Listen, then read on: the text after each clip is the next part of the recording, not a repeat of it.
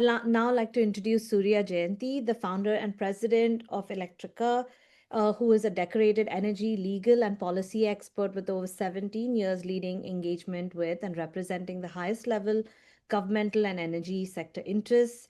We will be posting a link to her bio in the chat, so please check it out. We are privileged to host Suriya and this illustrious panel. Suriya, over to you. Good morning, Indian tech and energy nerds. I see the whole panel has joined. Hello, everybody.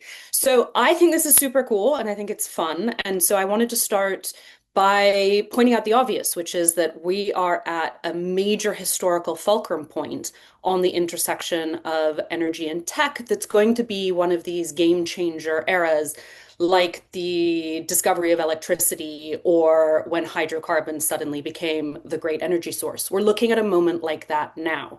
And technology is ever more integrated in all of this. We hear about new AI developments every single day. And we also hear about, as was discussed briefly in the discussion we just had, the ever mounting energy needs in order to power the tech and how the tech itself needs energy in order to make energy. And we're looking at something of a vicious cycle, or potentially we are actually reaching terminal velocity and we're going to completely take off. So we're all aware of these issues, and I wanted to give my incredibly esteemed panel a chance to introduce themselves, keeping it a little bit brief, please, because I want to make sure that we have enough time to really focus on content because you're all such experts. So, Arushi, would you be willing to start by introducing yourself? I am happy to comply with the request for brevity. Good morning or good evening. Thank you so much, Suriya, and the whole team at Indiaspora. I'm delighted to be here. I'm actually born in New Delhi. I lived in New Delhi for my first college degree. My parents are both various DU grads. I love having one foot very firmly in my country of birth and country of work and citizenship primarily together. My shortest version of the introduction is that most of the things I'm working on in real time around the exact issue of actually actuating all of the data and wackiness of the AI era into something that's actionable for humans is listed in a list of links in the chat. So that will help preemptively answer a lot of questions that I think might come up with reading material. And the places I am right now, which is important to what Surya is going to ask us about, is that there's a need for many of us who are human capital to actuate quickly in multiple places at once. So I sit in two think tanks. One is CSIS, which is very defense and energy policy and security. I also just joined the advisory board for the Conservative Coalition for Clean Energy and Climate Solutions in Washington, D.C. I am one of the few people with a free markets, libertarian, conservative background who has worked intentionally, agnostically across every part of the energy industry, from oil and gas all the way through tech. I'm the former head of energy strategy at Tesla and launched several of the energy companies. And I now run a venture studio. And one of the companies in my venture studio who I advise through that role is Varun's wonderful company, Emerald.AI. And that's my intro. Thank you. Thank you very much. Varun, will you please tell us about yourself? Although, again, I'm pretty sure everybody knows all about you, but show us anyway. No, I'm so grateful. Thank you, Arushi, for the intro. Arushi is our executive advisor. We're thrilled to have her. I run Emerald.AI, which is a company, an NVIDIA-backed company. We aim to make AI data centers more flexible users of power. And I founded this about 18 months ago. We have a fantastic team of 25 AI PhD scientists, and we're working around the world. And we'll talk more about this. Before, I was the Chief Strategy and Technology Officer at Ørsted, which is a Fortune 500 producer of clean power. And earlier, I actually lived and worked in India. I was the Chief Technology Officer of Renew Power, which is a publicly traded company that's India's biggest clean power producer. And I've served in government as well, working for John Kerry. The most important part of my bio, though, is I was there present at the creation when M.R. Rangaswamy convened Indiaspora in Mohonk Mountain Valley, I think 11 years ago. Maybe 12, 13. And I'm just delighted to support and be an actual member with my wife, Lakshmi, of Indiaspora. We love to support the community. Thanks, Amita. Thanks, Sanjeev. Over to you. And last but most certainly not least, Jigar, will you please tell us all about yourself?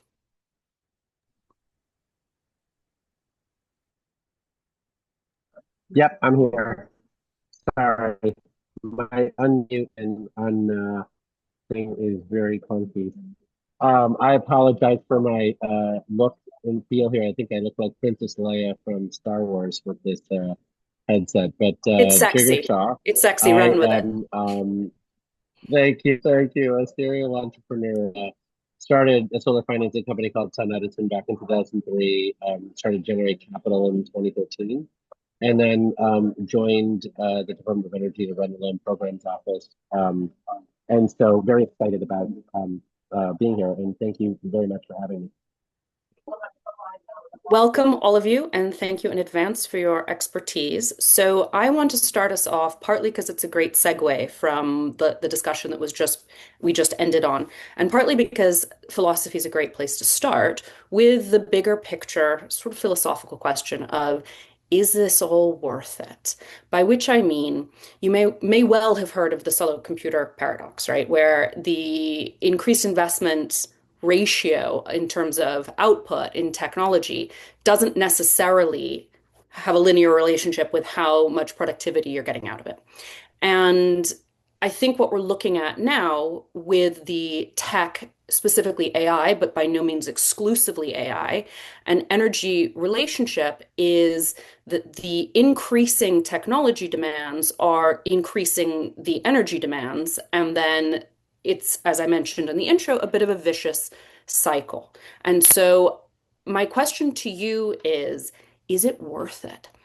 Maybe we would be better off with some old-fashioned systems that don't send us into complete hyperdrive on our energy needs and consumption just in order to keep generating the energy that we then need to power the tech, that we then need to power the energy, et cetera, et cetera. So, Varun, I'll start with you, please, because I know that you have touched on the intersection with AI and grids and the efficiency question, which may be a good starting point on the is it worth it? Where do we break even? Thanks, Suriya. I'll start by acknowledging the premise of your question because where I'll end is by stridently disagreeing with this concept of slowing down. But I'll acknowledge the premise, which is around the country, around the world, folks see data centers come to their communities. They may see their energy bills rise. This, by the way, historically, it's not clear that data centers have driven energy bill rises, but they will in the future as more data centers connect to power grids and we have to expand power grids and generation. Everybody pays the bill for this. And they may see, AI coming to potentially take their jobs. AI is going through a really tough political moment right now, right? Maine just banned data center construction. It's the first state to do so, but there are 10 other states that are considering such laws. And so you might say, Surya, that the premise of your question is maybe we should just slow it down. And I think we should acknowledge the concerns around affordability and this massive disruption and upheaval. But my answer is, man, that would be the absolute worst thing to do because, like it or not, we are locked in a race. We can't afford to lose this race. And on top of that, I think AI can bring such tremendous benefits that it will outweigh a lot of this disruption, but it's critical that we're thoughtful about it. I'll just say a brief word about why I think what we do, what Arushi's do, what Jigar has been a leader on forever is to make these large users of energy like AI heroes and not villains.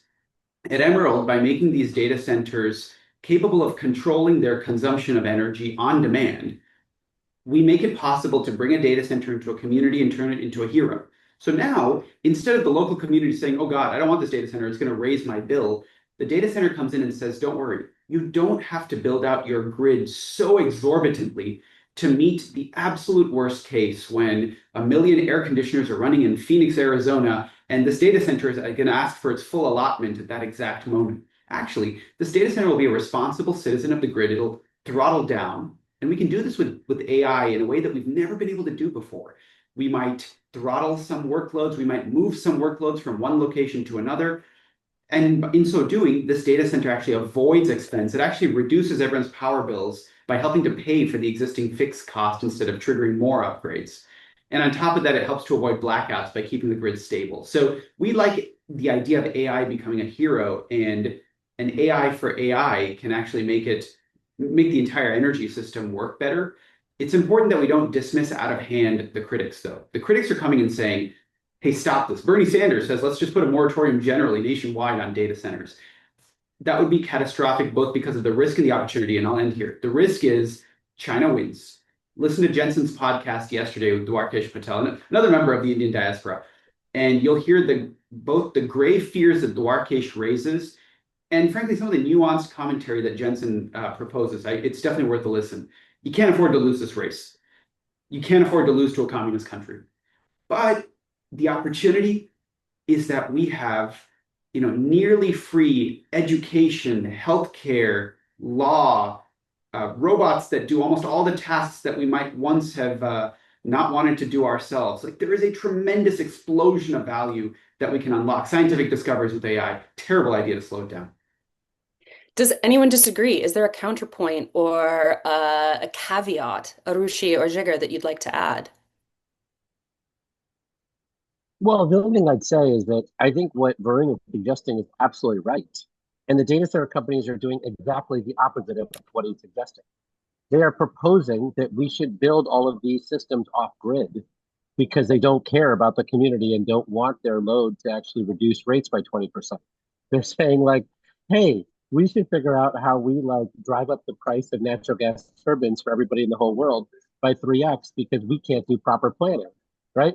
Like when you think about the power of AI, we have 100,000 megawatts of trapped capacity in our existing grid, which AI itself could actually unlock, and they are not unlocking it.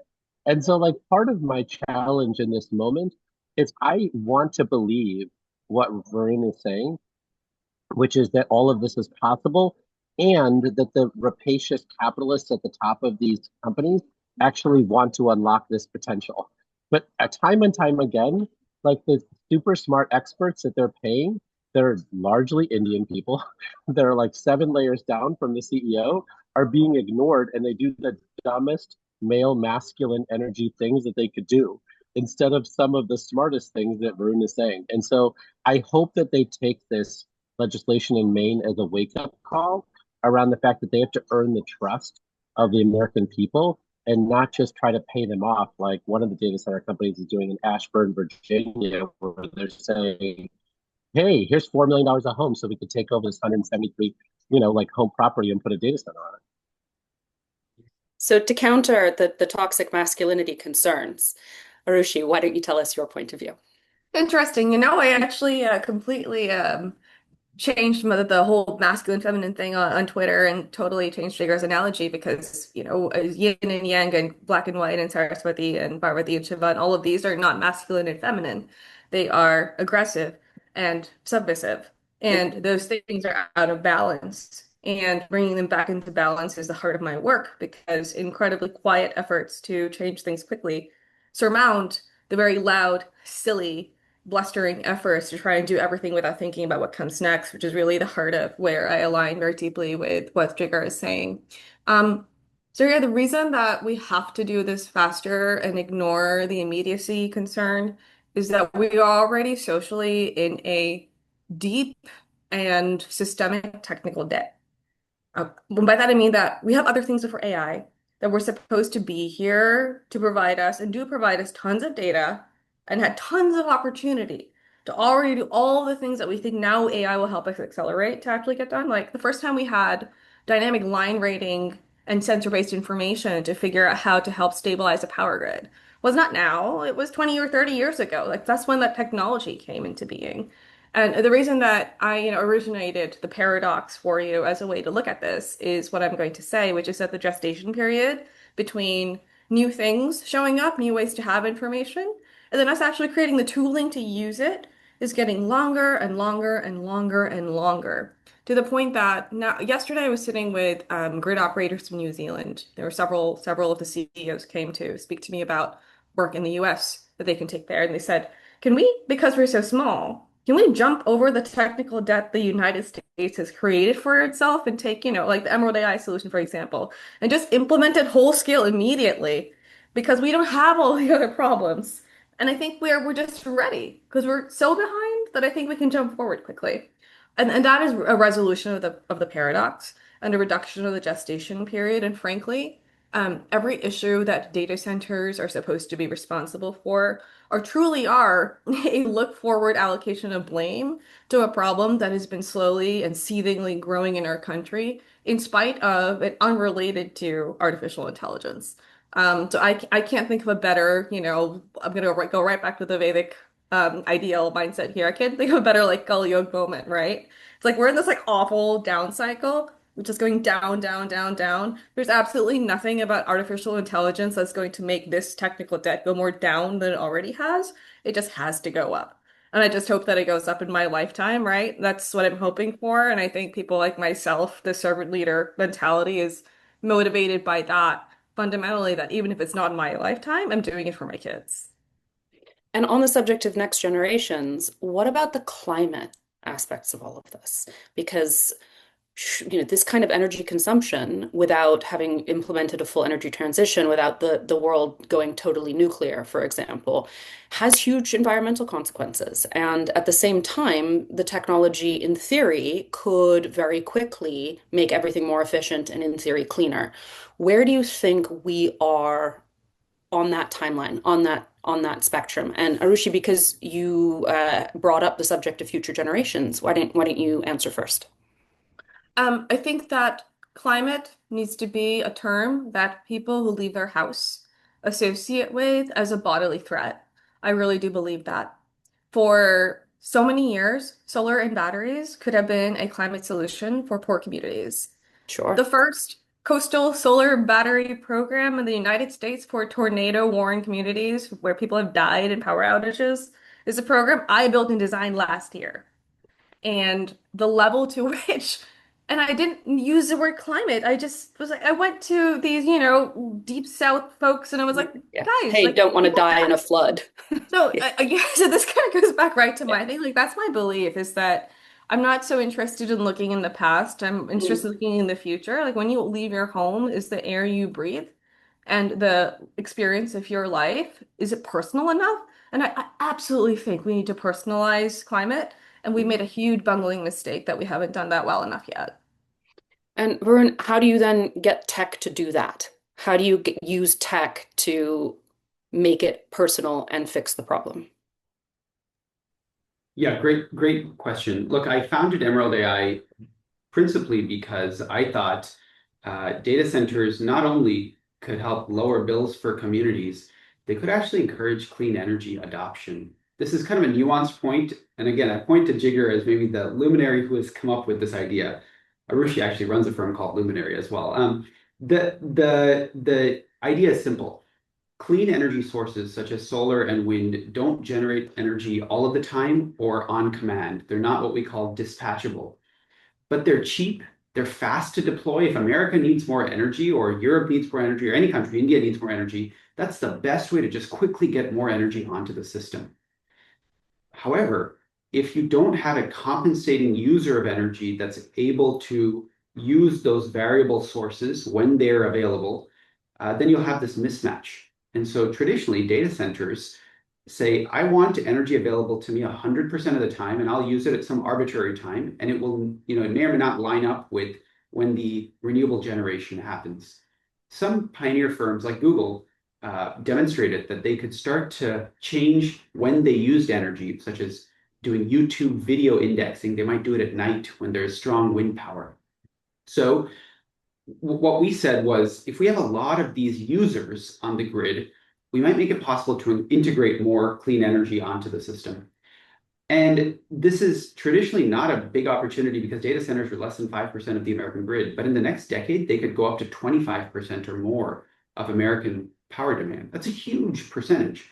If those loads can suddenly be flexible, just a little bit flexible, it makes it possible for all the clean energy sources on the grid to better integrate onto that grid and better serve those loads. So we'll have a double win. You bring these flexible loads on, you make the economics of renewable generation better, you get more energy in the country, and oh, by the way, costs go down for everybody because that is the cheapest, fastest way to build energy. And in the long run, Suriya, you mentioned nuclear. Huge fan. I think all three of us are big fans of nuclear. We'd love to see a lot of nuclear come onto the system. I think you're seeing some things, and I'll put a less fine point on it than Jigar did. you'll see some data centers say, look, I'd like to take this existing nuclear plant effectively off the grid to serve me. That creates other problems, right? Because you're effectively taking energy away from existing communities and you aren't creating net new generation to support your data centers. So there are responsible ways to do it, and I'd love to see a range of clean energy come on to support this data center boom, because otherwise the data center boom could actually be a climate catastrophe. And on the subject of what those emerging technologies can and should be, Jigar, you have been at the front line of picking winners. And so maybe you could weigh in on what the most exciting technologies are that you're tracking right now. Yeah, it's a good question, and one that I think needs some redefinition. I think for a long time, the exciting technologies were, defined by whatever received venture capital and whatever was like covered in Shale Khan's, Catalyst podcast. I think today we are now faced with an energy crisis that, frankly, I think will be larger than any of us have faced in our entire lifetime. Right? What's happening in the Straits of Hormuz is going to be larger than anyone can imagine, and will last for at least 3 years now, and maybe longer. Right? And so what's happened today is that governments like India, but also China, Indonesia, Brazil, Mexico, even the United States, are now seeking solutions at scale, right? They want to localize their energy. They don't want to be importing fossil fuels or, anything else, right, into their country. They want to be producing things locally, which could be coal, but often it's solar and wind and battery storage and nuclear and things like that, right? And so you're seeing this extraordinary um, desire for governments that largely are trapped by existing energy suppliers to look at new ideas for the first time in 20 years, right? And so what I'm super excited about are technologies that are ready to scale. So when you think about like, Chris Singh and Holtec, right, who's been a pioneer, entrepreneur in the United States for a long time, his Holtec 300 small modular reactor just got their first two permissions to build Pioneer 1 and 2 at the Palisades nuclear plant in Michigan. He is now, selling 50 of those units into India and another 50 in other places around the world, right? I think that company is going public this year. When you look at Fervo and the geothermal technologies that Arun talked about, these guys are really scaling up through, the use of tech, right? Like, and even nuclear power, to Arun's point around cost overruns, there's like new technologies around how you do better EPC management using AI, right? How do you create, better work packages so that you don't have these cost overruns? And so what I'm really excited about is the technologies that people have written off, but are actually amazing technologies that Oh, give now us with one. Give us one. well, nuclear and geothermal to be two of them, but Mhm. the other ones are long duration energy storage. So like everyone's obsessed with lithium ion batteries, but I think AI is going to unlock vanadium redox batteries. I think they're going to unlock zinc halide batteries. I think we're going to unlock sodium batteries. So many different battery technologies that frankly are better for behind the meter data center usage than lithium ion is. Because lithium ion has only a fifth number of cycles, no matter how good you do them. Some of these other technologies have infinite cycle life, right? They just have other challenges around things. And I'm very excited about this moment because I think a lot of the people who are used to being stuck in their ways are being forced to look at new solutions. And we have this moment, I think, of conflict that frankly is going to allow a lot of these technologies to scale up to billion and trillion dollar scale. Thank you.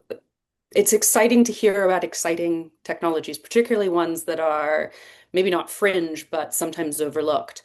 I'm going to take a couple audience questions, or rather, you are going to take a couple audience questions. The first clump of questions is about paying for all of this. And there are questions about, one, how governments could pay for it, two, how economically disadvantaged communities could pay for it, and three, why don't we just have the tech, specifically data centers, pay for themselves at this point?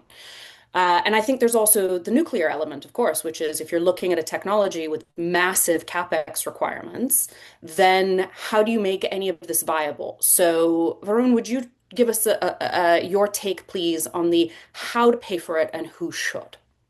Yeah, great question. I want to go back to Jigar's original point where he said these data centers are doing this very irresponsible thing by going completely off grid. And I think at least somebody in the chat was like, wait, that's irresponsible? Isn't that responsible? Like, wouldn't it be nice if they went off the grid and stopped burdening our grid with all the costs that they are triggering, right? And so it's a very counterintuitive point that Jigar made, and I just want to unpack it a little bit. So you might think data center should just go completely off the grid, buy its own natural gas plant, buy its own electrical equipment, and just be off as an island and leave the rest of us alone.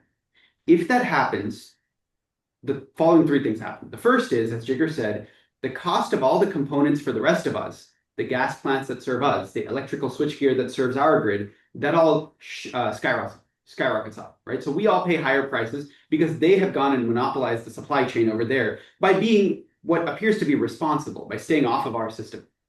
The second thing that happens is our own grid loses out on the potential generation and electrical equipment that could be supporting our grid, right? Because the efficient way is for all of this to be connected together. Instead, you have a highly redundant, isolated system there, and a system here that's lacking some of the components, but we could benefit from that gas plant supporting this grid when it's not powering the data center. And third, and maybe most importantly, in my opinion, is over the long run, as I said, 25% of American power demand will go to data centers. AI will eat the economy. That's both a good thing and a bad thing. But when that happens and the economic GDP is off of the power system, all of us whose homes and businesses are powered by the power grid will be served by a system that has this ever-rising public burden, but none of the revenue from the hottest growing economic sector. It's a death spiral if you take the economy and take it off the grid. So for all these reasons, we should have data centers on the grid is the first thing. But the question is, how do you make sure they pay for themselves? And here, it's critical that they bring in more revenue to the system than they impose in the form of costs of fixed assets that we have to build on the system, whether that's grid infrastructure or generation. That's why being flexible, for example, is one of the many solutions to make them a more responsible entity. And the last thing I'll quickly say is, somebody mentioned water in the chat. I do want to make the point, I think this is a red herring. The upcoming Vera Rubin NVIDIA reference architecture with closed loop liquid cooling demonstrates that water is not going to be a particularly large part of the footprint of a data center. Neither is land. These data centers are becoming increasingly dense. It is power. It's power, power, power. That is the thing that if we do this wrong, data centers will monopolize the power and raise everybody's costs and make it hard to reindustrialize America. If we do it right, data centers will pay for everybody's power bills and enable us to have a very reliable system. Like that is the defining issue, I think, of our time. With our last minute, would either of you like to add anything to that? Otherwise, I will wrap up to keep us on schedule. I just thought, for the sake of posterity on the subject of gender issues in energy, I'd like you all to know that the battery storage facilities that I build identify as a ferret, and therefore avoid the issue entirely. Thank you so much to this panel. It's been lovely working with you, and I have no doubt that this was super illuminating for all of our attendees. Have a good day, everyone. Thank you so much, Jigar, Arushi, Varun, Suriya. This was such a wonderful panel to listen to, so illuminating. Indiaspora is super grateful for your support.